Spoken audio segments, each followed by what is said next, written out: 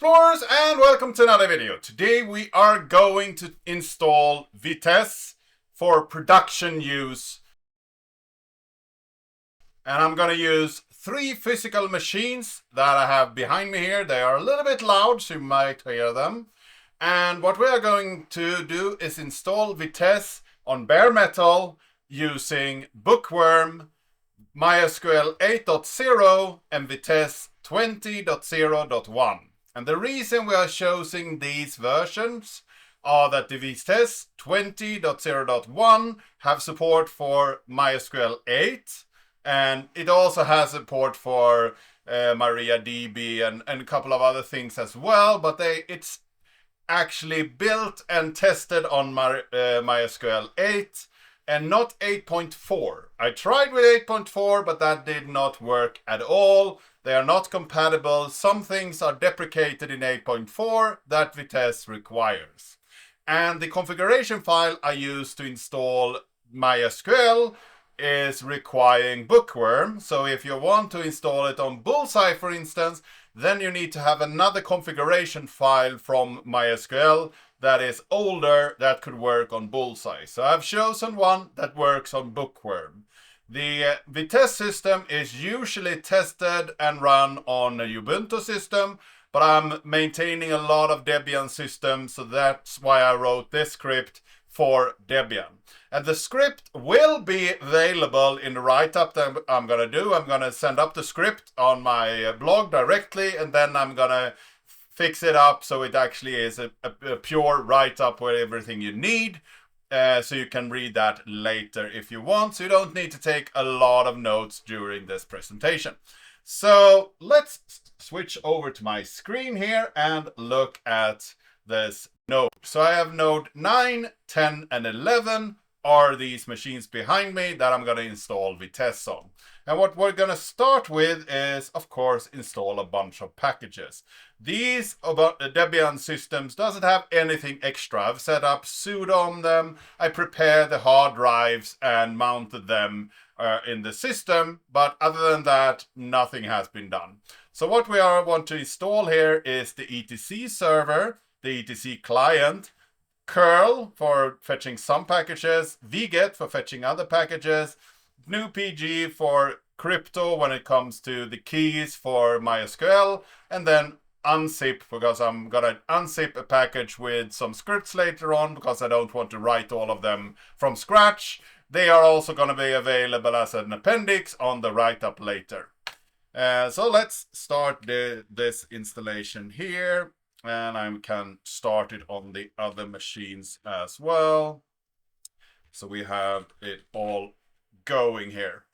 And when these have been installed, we need to configure them. So I'm going to go into etc default etc-d to configure. Vitess is using etc as a topology server to keep track on where all the services are located. You can use console or Zookeeper as well, but I think etc-d is the one that is tested and also the one that I'm most familiar with, so I'm going to use that. So in order to configure this, you just put in a bunch of environment variables. I'm not going to go through this now because I already have a video on this object that you can find on my channel that I'm going more into depth on these configuration changes. But we need to set up an etc cluster, so I'm going to do that on host number 2. And in here, we can start that over and put it below these lines here. I'm going to do the change. So this is Vitess host 2. We are on IP 22. There was 2122. But the other settings are the same. And the last host is the third host, of course. So I'm going to copy these in again. And Vitess 3. I'm going to change the IP addresses of this one as well. And after we have done that, we should be able to restart all 3 of these, and they should come up in a cluster and being available. So here we see that it has started up, found the other host directly, and all 3 are up and running and just fine. And that is a very good start. If you have an etcd cluster, everything else is easier to set up. So next up, we are going to set up MySQL. And what I'm going to do is fetch that with vget. So vget repo MySQL apt config 0.832-1 all deb. I fetch that, and then I use Debian package install to install that Debian package. And here we have the choice to choose a cluster version or MySQL pure one. So I'm going to do MySQL 8.0 and install that one. And I'm also going to do an update, install, and then disable the MySQL instance after that and stop it. Because I don't want to use this particular database. I want to install and use my own later on. But I'm telling it to install it as usual, and then I stop the instance after it's done. So I'm going to install that on the other machines as well, get that up and running. So we have the same kind of setup here, nothing to it. And there are a couple of questions that we need to answer. I'm not going to give it any root password because I'm not going to use that database anyway, but I want strong encryption on my database passwords. So now we have a database server installed. Now I'm going to set up the group and user for Vitess. So here I do sudo group add Vitess. So I will add that group. Then I do a user add, and then to the group Vitess, and I want a home directory. I want a script, bin bash, and then the Vitess is the user. Then I'm going to sudo su into the Vitess user. So now I'm on the Vitess user and can start working with that one. And what I'm going to do next is curl a little script here in order to install MVM. This is part of something that is documented on the Vitess site, that you need to install MVM and Node particularly in order to build the admin interface. So I'm gonna load everything here, and then I'm gonna install Node version 20, and when it's installed I'm gonna also enable version 20. So that should be what I'm going to do on all these servers, so it's available for the user Vitess so that it can be run there later on. And when that's done, I'm going to jump out, and I'm not going to run on as the Vitess user anymore. So that is just the only thing I want to install on Vitess, the Vitess user. Then I want to check if we have AppArmor, and if so, disable AppArmor. This is part of their script as well. And the reason is that if you have AppArmor, some of the scripts will not work when they start up. In this Debian system, it can't find it. It just skips it. But I ran it on an Ubuntu system, and then it disabled it. So it's important to check that you don't have that installed. Next up, we fetch Vitess. So here I'm going to fetch version 20.0.1, and the file naming is set up here. Then you have a vget from their GitHub repository with that particular file. Then we untar that file and then go into the directory of the downloaded file. So I'm going to do that on all these machines. And when that is done, I'm going to move the files over. So I don't really want the Vitess data to be in the Vitess directory. I want to put it in under USR local, so I have a good place where I can use it later on. So first I'm gonna make that directory USR local Vitess, and then I'm gonna copy everything from this directory over there. I can run the scripts on the other machines as well. And when you're over there, I'm going to create a temp directory, varlib vitess temp, and some of the log files are written to this temp directory for some reason. That is a part of the scripts. So if you're looking for some of the base services that is not in the flow of the actual data. You can find those in the var lib vitess temp directory.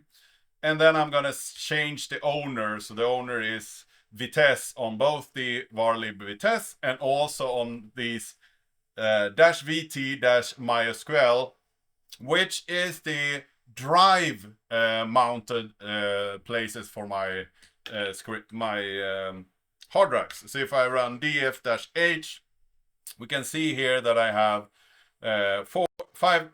3 MySQL drives with 500 gigabytes on each of them, and there is where I want to put my MySQL databases, so I have space to actually use them later on.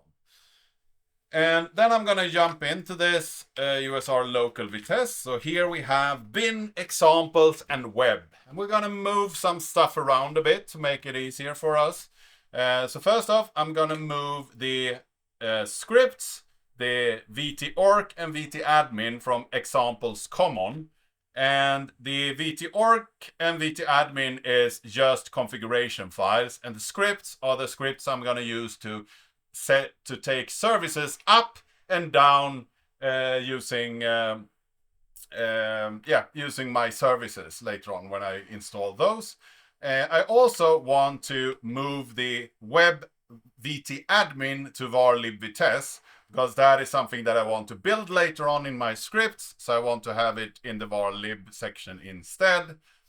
And I also gonna CEO own that again, so I know that the vtadmin is owned by the Vitess user. And then I can delete the examples directory. And for some reason, I also need to delete the node modules from this vtadmin that I put over to var lib vitess vtadmin. The old node modules that are in this package for some reason has some dependencies that doesn't work. So when you start up the admin, it doesn't build. So I delete that one, and then it builds it from scratch, and then all the dependencies work together. Next up, we're going to set up the profile. So I'm going to do that. And then we are ready to start running scripts later on here on all our machines. Can prepare the other ones here. So now we have everything set up. We need to run a script in order to create a cell. That is the first part that we need here.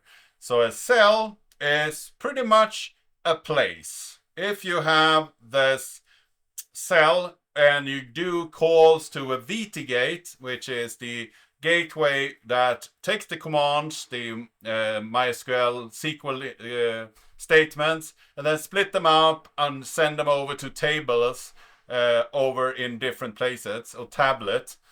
This vtgate will look for tablets in your local cell first. So your local cell could be this data center, for instance. And if it doesn't find it in this cell, it could go to a different data center and fetch the data. But it will try to get the data locally first. So in order to split things up in cells, you can be sure that the data is fetched locally as much as possible. So we will set this cell up. We will run this vtctld client. We will use the internal server, which is a special server. We will add cell info, and we will do that in the root vitess/zone1. And then the address, server address, is going to be all the RPC endpoints of our ETC cluster. And then the zone I want to create, I call just zone 1. So this will create this cell zone 1. And there is where we want to run everything. Now we want to prepare the scripts. So if we go into script directory, I want to do some slight modifications to these scripts so they work better. So in my case, I'm going to update the MySQL CTL script up. And in the script, I will add, and we're going to do that with sudo, of course, so that we can change them. So in here, I want to add a make dir statement. So we will create this temp directory where the log files will be sent. And I also want to open the socket So I want a socket for every MySQL instance so I can actually connect to them. So that's the first one. The second one, I want to update the VT admin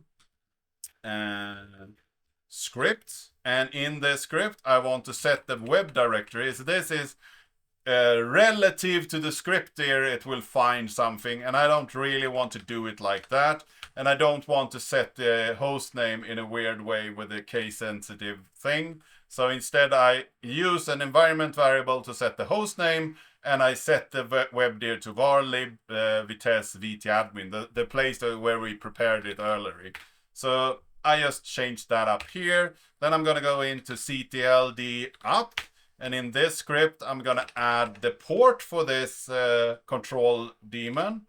And for some reason, the web port is not defined here. It's defined in the environment file, this M file that they set up here. I'm not going to use that M file. So I'm not really sure why it isn't directly here, because nothing else is using it.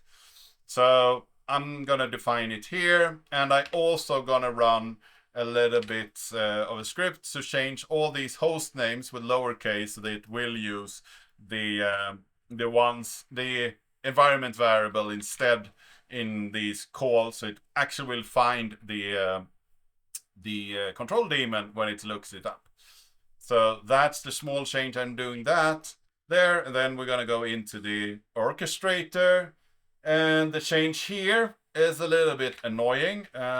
It's at the end of the script. I'm gonna add disown-a because this script runs through and then it locks up. It doesn't end for some odd reason.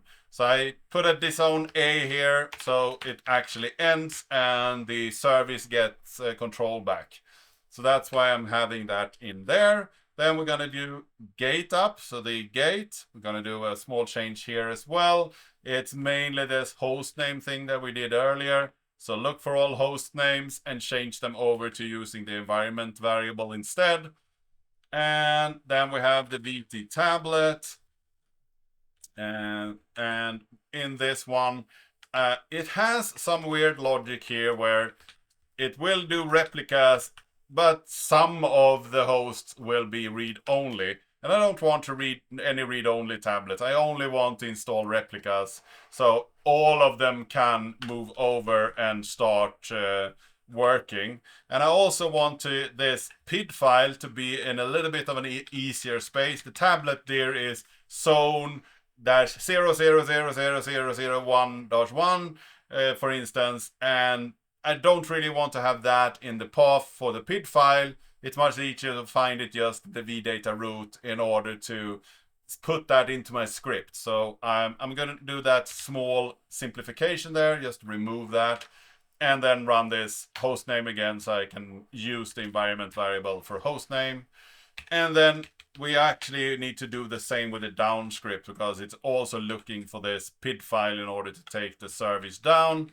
So I'm going to simplify that. Then all these down scripts has this stop process. And I haven't found that script anywhere. So I wrote my own, very simple one. So I'm going to put that into USR local bin and then this stop process. And what I created was just a very simple script that is a bin bash script that will kill the process. So bin bash, echo out which service we are trying to stop, the first argument. And then the second argument is the PID file. So I'm going to cat the PID file in the contents of the PID file and then just kill that PID. So that is the small script I wrote for that. We also need to do a little bit of configuration change in the VT admin. And here we have two scripts, RBAC and discovery. And I'm going to change the discovery because it contains the host that we want to discover either for control daemons or for gates. And I want to use all of the ones that I'm going to set up later on. So I'm going to just add to the list and have all the hosts have one of each for simplification. So I just add all of those into this file. And next up, we are going to prepare my own scripts here. So I'm gonna copy those over from my own server here into this server, and I'm gonna unpack them and then move them to the systemd system and then jump over there. And then we're gonna look through all these scripts so you get familiar with them. So first off, I'm gonna check the vtadmin script. And this is pretty simple. It has a description here, vtadmin daemon. It wants network, of course, and it's multi-target. And then we are using this environment variable in this environment file. We are using one extra, just this data root var lib Vitess. And it's a forking process. Kill mode is on process. The user and group is Vitess. It's a delegate, timeout to start forever, restart always 5 seconds, and then we have the start script and the stop script that we have defined earlier. So that's nothing strange there. I'm gonna look at this Vitess end file, and this is pretty much defining the path. We add some extra things to the path. It has the cell info here. It's used in the script. We also have topology flags. And this is the first implementation, this etcd daemon implementation. We are using all the services that we set up earlier. We are using the web interface of those, so 21, 22, and 23. And the global root should be Vitess global. And this is all services can find each other. So pretty much all the scripts, all the services is using these topology flags to find each other. And then I define the host name for this particular host, so we can reuse that in all the scripts that I set up earlier. So you've already seen that. Next up, we can go look at the control service. It's very similar. It's exactly the same. We haven't really changed anything there. The ETVT orchestrator daemon, nothing changed here either. And last but not least, the VT gate, exactly the same as well. So the ones that are a little bit more complicated are the MySQL daemon services and the tablets. So if we look at the MySQL first service, so this is defining first this environment variable. The vdata root is the drive that I had before, because there is where I want the data files to be put. And we define a tablet UID. And this is unique for the whole cluster. So 101 for my case is the first host and the first MySQL instance on this host. So if we look at the second MySQL service, we use the second drive and 102. And the tablet is just mirroring this. So we are using 101 here again, and the vdata root of MySQL 1. But we also define which key space we want to put this service into and which shard. And the key space you can think about as pretty much as a database.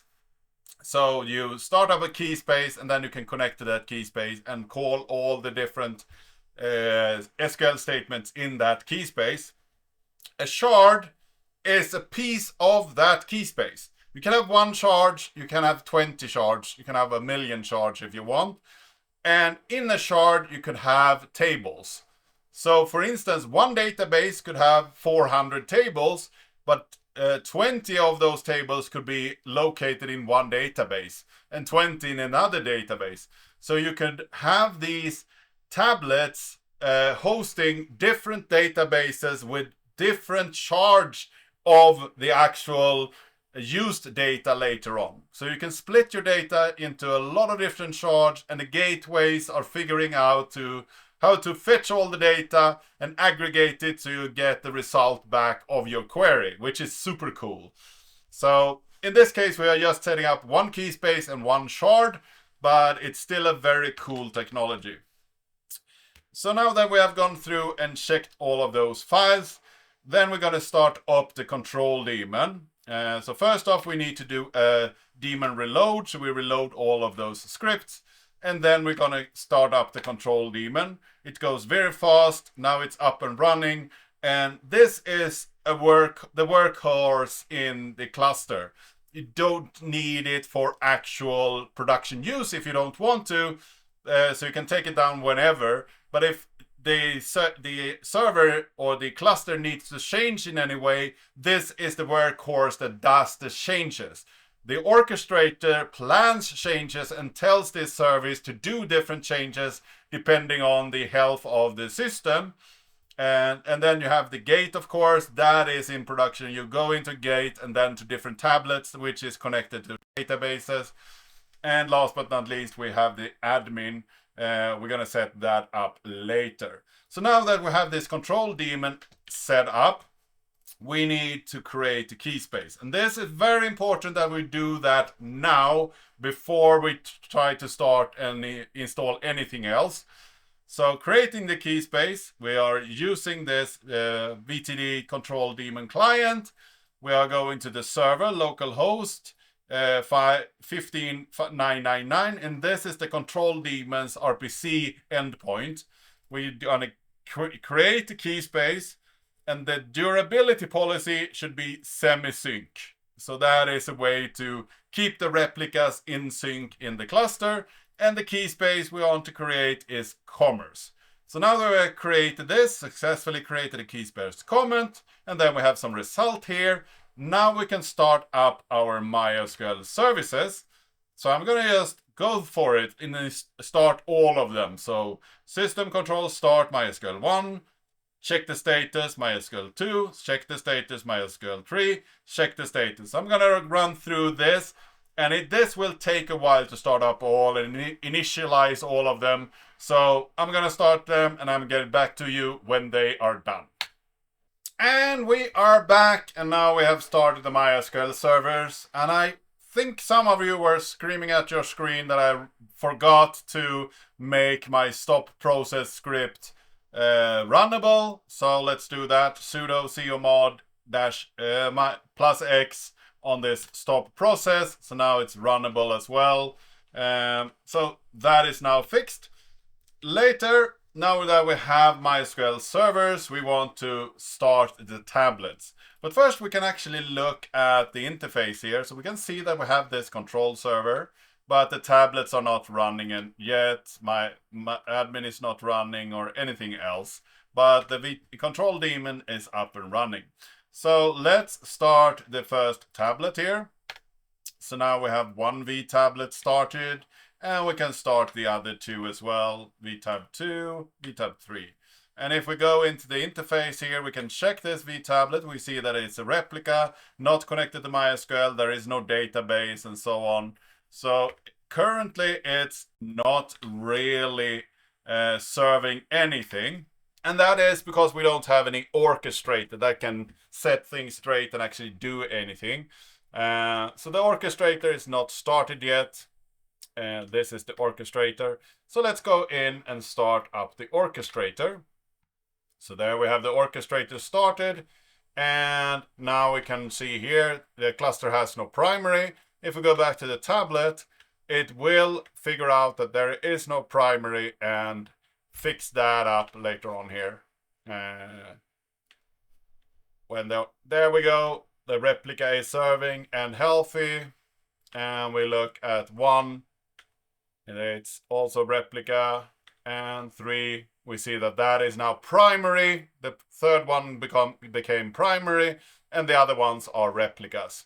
So the orchestrator did its job. It went over the zone and fixed it up and gave us something to work with. Next up, we can start the gate, and that is just starting this VT gate, and it goes really fast as well, and it's up and running.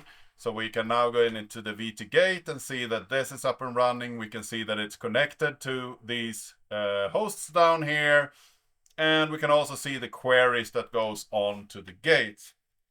The gate is currently creating a SOX files in the temp directory. So I could actually go in and just run MySQL root and then socket and go down to temp MySQL sock. And here I can log into this Vitess host.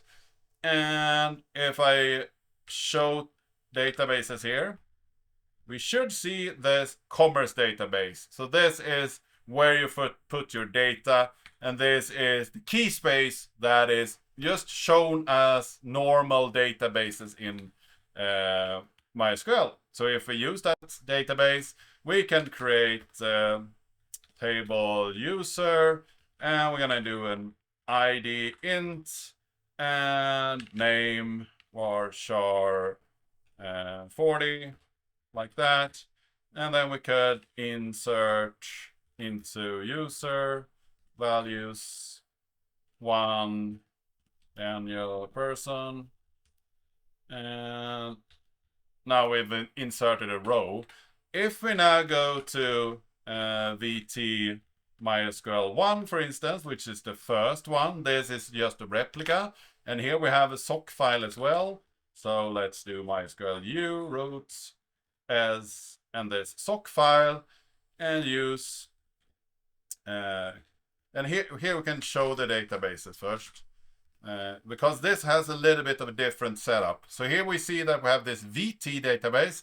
This is a sidecar database which has all the metadata about Vitess. So it's more for internal use for the Vitess cluster. But this VT commerce, this is a part of the key space and replicated in this shard. So if we use VT commerce, we should be able to show the tables here and see this user table. And if we select star from user, then we see that my row is in there. We can also check this database, and if we run select at global.read only, we can see that this replica is read only. So I'm not allowed to write to this replica, and that is because the replication would fail if we do changes on different places. So we have one primary, which the vgate is sending all the write requests to, and then we have a bunch of replicas where we only read data from. So if you have a system that could take more writes and other systems that are better for reads, make those systems read only, and then the write heavy loads could be on the replicas that can actually handle it. So that is a good thing to check into.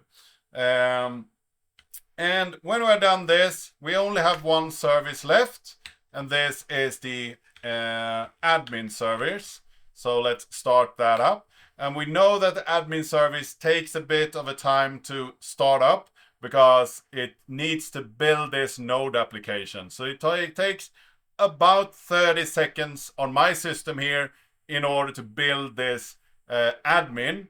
The admin is not super great at the moment because we have all these different side admins. So we have this VTGate admin where we can see some stuff. We have the orchestrator, we show some stuff. Tablet shows some stuff, and the control daemon shows some stuff.